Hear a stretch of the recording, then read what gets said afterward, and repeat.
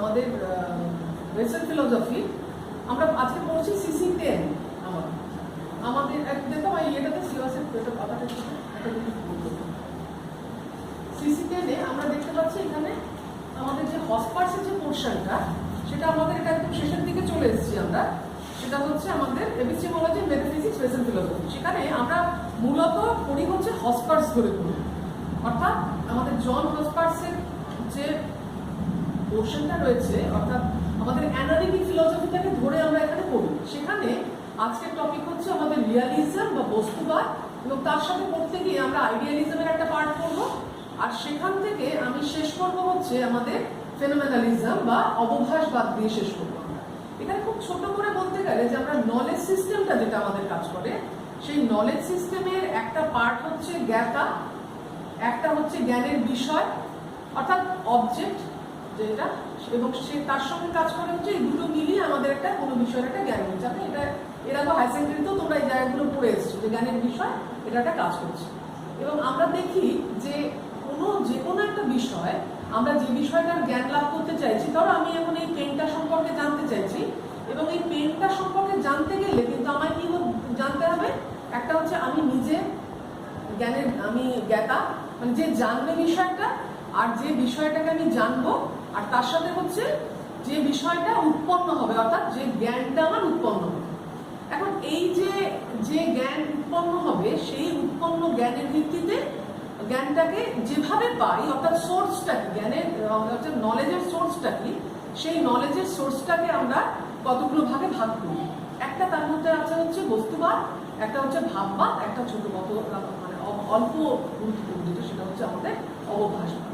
তাই এই বস্তুবাদ অনুযায়ী আমরা কি দেখি, যে বস্তুবাদ অনুযায়ী দেখি যে আমাদের যে কোনো জ্ঞানের ক্ষেত্রে আমাদের হচ্ছে মানে প্রাধান্য পায় কোনটা, না আমি জানি না জানি বস্তু আছে।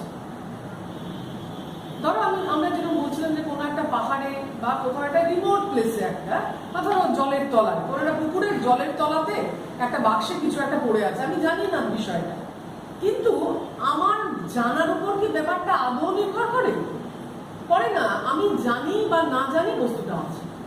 এখন আমি জানি বা না জানি বস্তু আছে এই বিষয়টা হচ্ছে কার অন্তর্গত, বস্তুবাদের অন্তর্গত, এটা হচ্ছে রিয়ালিজমের অন্তর্গত। আমরা এখানে দেখি যে বস্তুবাদের ক্ষেত্রে আমরা আরেকটা পার্ট দেখি, এটা সেটা হচ্ছে নেইভ রিয়ালিজম, বা আমরা কি বলি ওটা সরল বস্তুবাদ, বা সাধারণ মানুষ যেভাবে গ্রহণ করে বস্তুবাদকে। মূলত বস্তুবাদ যেটা সেটা হচ্ছে যে বস্তু আছে এবং সেটা আমাদের জ্ঞান নিরপেক্ষ ভাবেই আছে, মানে আমরা জানি না জানি বস্তু আছে। আমাদের নেইভ রিয়ালিজম কি বলছে, যে সাধারণ মানুষ যেভাবে ভাবে যে বস্তু যেমন আমরা তাকে ঠিক তেমন ভাবেই প্রত্যক্ষ করি। তা বস্তু কেমন আমরা তাকে ঠিক কেমন ভাবেই প্রত্যক্ষ করি, এটা জানতে গেলে আমাদের বস্তুর বিষয় জানতে হবে। তার মানে যে সরল বস্তুবাদ এটা বলছে যে বস্তুটা ঠিক যেমন আমি তাকে ঠিক তেমন ভাবেই জানার চেষ্টা করি। কিন্তু আমরা দেখি যে পরবর্তীকালে যে কোনো ক্ষেত্রে বস্তু যেমন তাকে ঠিক তেমন জানলে যদি, তাহলে কি পরীক্ষার খাতায় ভুল করে আসতাম?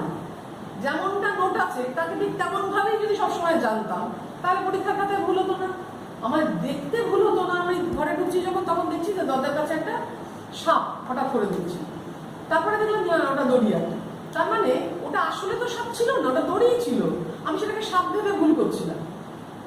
তো এটা হচ্ছে সরল বস্তুবাদ। পরবর্তীকালে এগুলো মনে করা হলো যেটা আরেকটু উন্নত পর্যায়ে, সেটা হচ্ছে প্রতিরূপী বস্তুবাদ, জন লকের প্রতিরূপী বস্তুবাদ। এবং সেটা সেই বস্তুবাদের ক্ষেত্রে এরকম বলা হলো যে সরল বস্তুবাদের যে সমস্যাগুলো ছিল এক্ষেত্রে সেই সমস্যাগুলো আর রইল না। সরল বস্তুবাদ এবং প্রতিরূপী বস্তুবাদের মধ্যে যে পার্থক্যটা সেটা হলো যে প্রতিরূপী বস্তুবাদে মনে করা হলো যে বস্তুকে আসলে আমি জানি না, জানি হচ্ছে বস্তুর প্রতীক বা প্রতিচ্ছবিকে জানি, এবং বস্তুর প্রতীক বা প্রতিচ্ছবিকে জানতে গেলে আমি যে বিষয়টার সম্মুখীন হই সেটা হচ্ছে যে কোনো একটা জ্ঞান বা জ্ঞানের বিষয় যেখানটায় রয়েছে বলা হয়, এবং আমি যেখানে রয়েছি মাঝখানে একটা পর্দা থাকছে, মানে সেই পর্দাটা দেখা যায় না। পর্দাটা আমাদের জ্ঞানের ক্ষেত্রে যে এমন একটা বিষয় যে সেই ব্যাপারটা আড়াল হয়ে রয়েছে, বস্তু আর আমার মধ্যে যেন একটা পর্দা রয়েছে, যেই পর্দাটাকে আমরা কোনোদিনই ওভারকাম করে বস্তুর কাছে যেতে পারবো না,